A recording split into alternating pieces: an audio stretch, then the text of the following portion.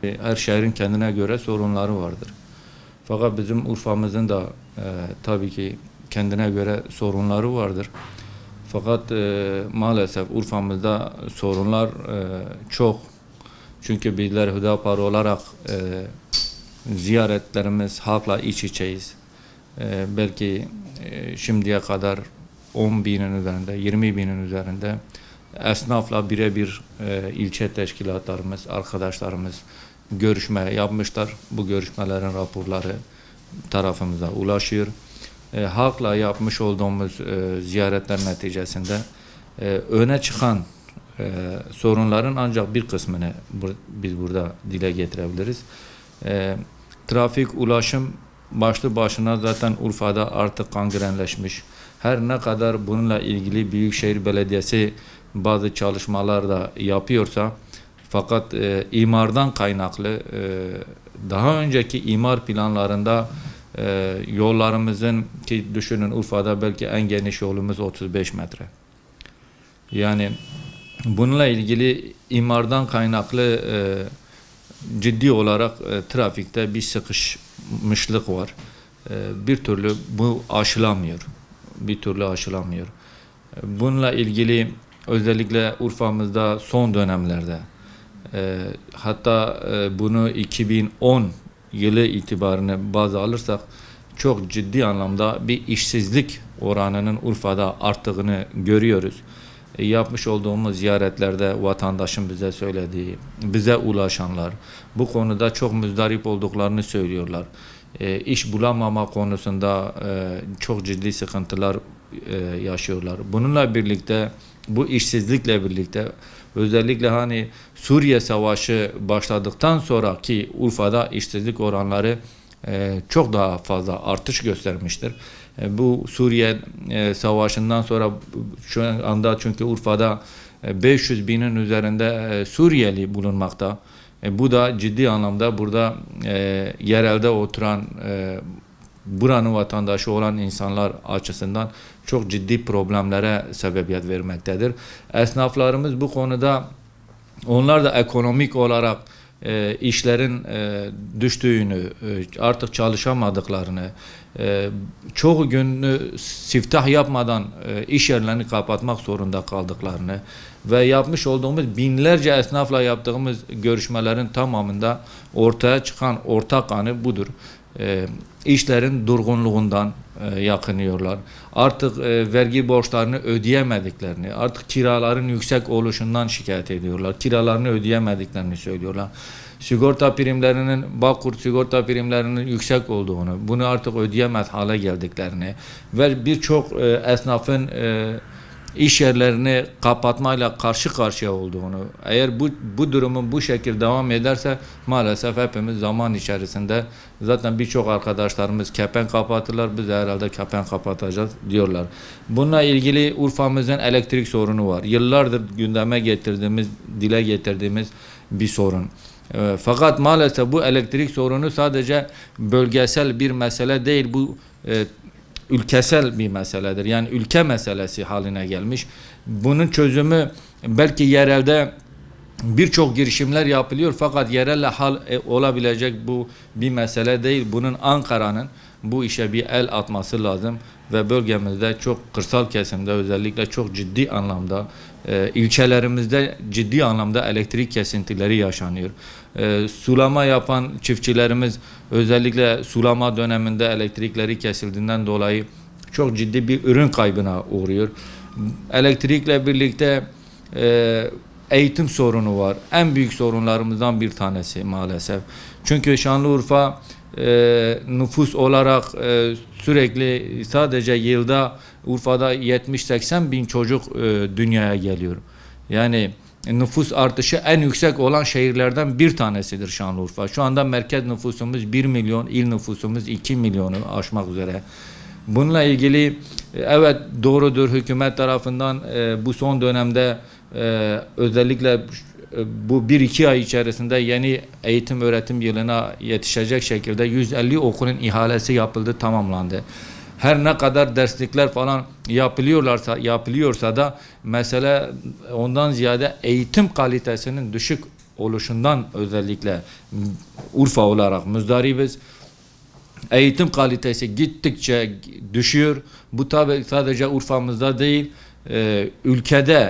ülkemizde, memleketimizde eğitim düzeyi gitgide dibe vuruyor ve gençlerimiz maalesef eğitimden kopuyor ve düşünemez, üretemeyen, ondan sonra proje üretemeyen, tefekkür edemeyen, sağlıklı düşünemeyen bir nesil, bir gençlik yetişiyor. Ve böyle bir eğitim sistemi yetişiyor.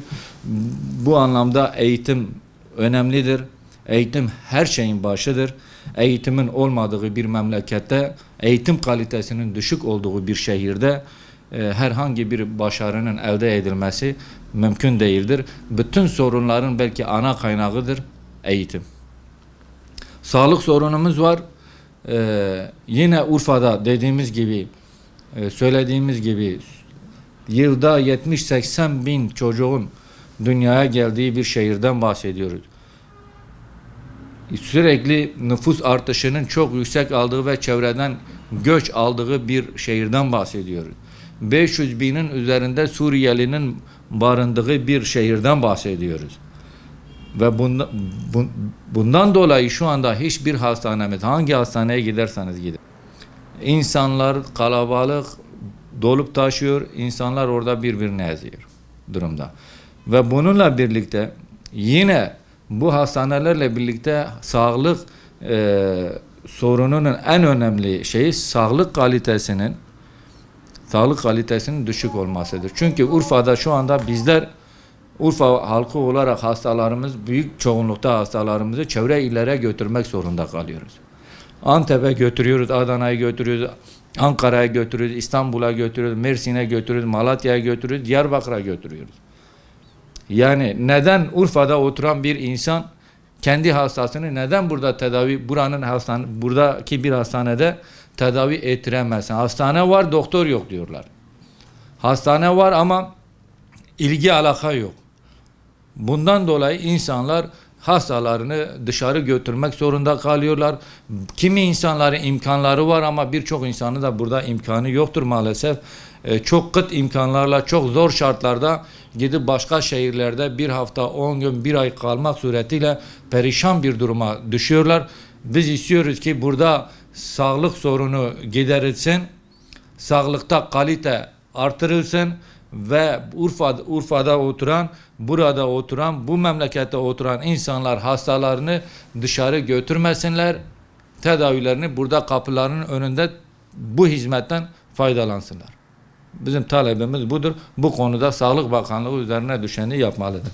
Bununla birlikte özellikle maneviyatsızlık üzerinde çok ciddi bir dibe vurmuşluk var. Bu tabi yine ülke geneli olan bir mesele ama Urfa'mızda özellikle biliyorsun burası peygamberler şehridir. Hazreti İbrahim'in memleketidir. Ve burada 20 yıl önce, 15 yıl önce, 10 yıl önce emin olun buradaki maneviyat hiçbir yerde yoktu. Fakat şu anda öyle bir bozulma var ki gençlerimiz şu anda 10 binlerce gencimiz şu anda madde ve uyuşturucu madde müptelası olmuş. İntihar vakaları zaten almış başını gitmiş. Gün yok ki birkaç tane intihar vakasıyla yüzleşmeyelim, görmeyelim, duymayalım. Böyle bir memleket haline geldik.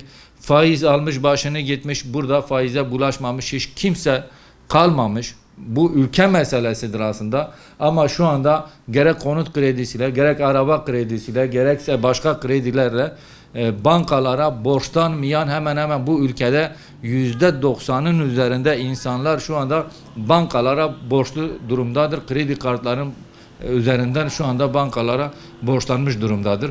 Yani biz şu anda borçlu bir toplum haline geldik ve bundan dolayı biz diyoruz ki bu halkın maneviyatına yönelik bir çalışma acilen başlatılması lazım. Köklü bir çalışma başlatılması lazım. İnsanları maneviyatsızlaştıran bütün yolların kapatılması gerekir. Bu kapatılmadığı sürece bununla ciddi anlamda bir mücadele edilmesi, bu konuda ciddi bir çalışmanın ortaya konulabileceğini biz zannetmiyoruz. Öyle bu hem belediyelere düşen bir sorumluluktur, hem sivil toplum örgütlerine düşen bir sorumluluktur, hem devlete, hükümete düşen büyük bir sorumluluktur yani. Bu el birliğiyle olacak, bütün toplumu kapsayacak bir seferberlik ilan edilmelidir. Fakat ondan önce devlet gençlerimizi, çocuklarımızı, neslimizi tahrip eden, dünya ve ahiretini tahrip eden bütün yayınları bir kere ortadan kaldırmalıdır. Eğitim müfredatımızı sil baştan bu halkın inancıyla, diliyle uyumlu, yurt dışından ithal bir eğitim sistemi değil, normal bu halkın inancıyla özdeş bir eğitim sistemiyle buna bir çözüm bulunması gerekiyor. Bunun dışında Urfa'mızda gerek yeraltı, gerek yer üstü altyapıda ciddi sıkıntılar var. Burada yağan herhangi bir yağmurda bakıyorsun birçok yer sular altında kalıyor. Bununla dışında otobüs duraklarımız yok, yetersiz. Yağmurda, karda, kışta, yağmurda insanlar otobüs beklerken yağmurun altında bekliyor. Yazın burası sıcak bir memlekettir.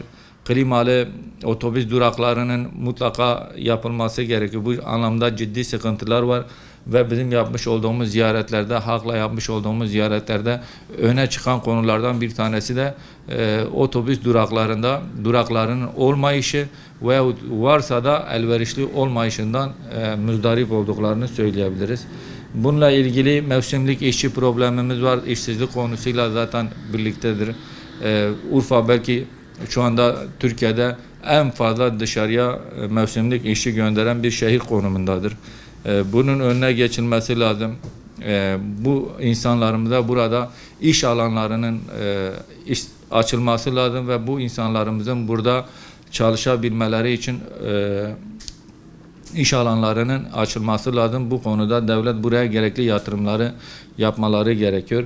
Mevsimlik işçi olarak dışarı giden işçilerimizle ilgili de ayrıca bazı düzenlemelerin yapılması gerekiyor. Çünkü bu mevsimlik işçilerle birlikte okul çağında olan çocuklar da on binleri bulan çocuklarımız da eğitimden mahrum kalıyor ve aileleriyle birlikte çok farklı illere gidiyorlar. En azından bu çocuklar eğitimlerinden geri kalmamaları için o mevsimlik işçilerin bulunduğu bölgelere eğitim amaçlı onların eğitimini devam ettirmeleri açısından orada bazı okulların yapılması ve bu ihtiyacın giderilmesi gerektiğini düşünüyoruz.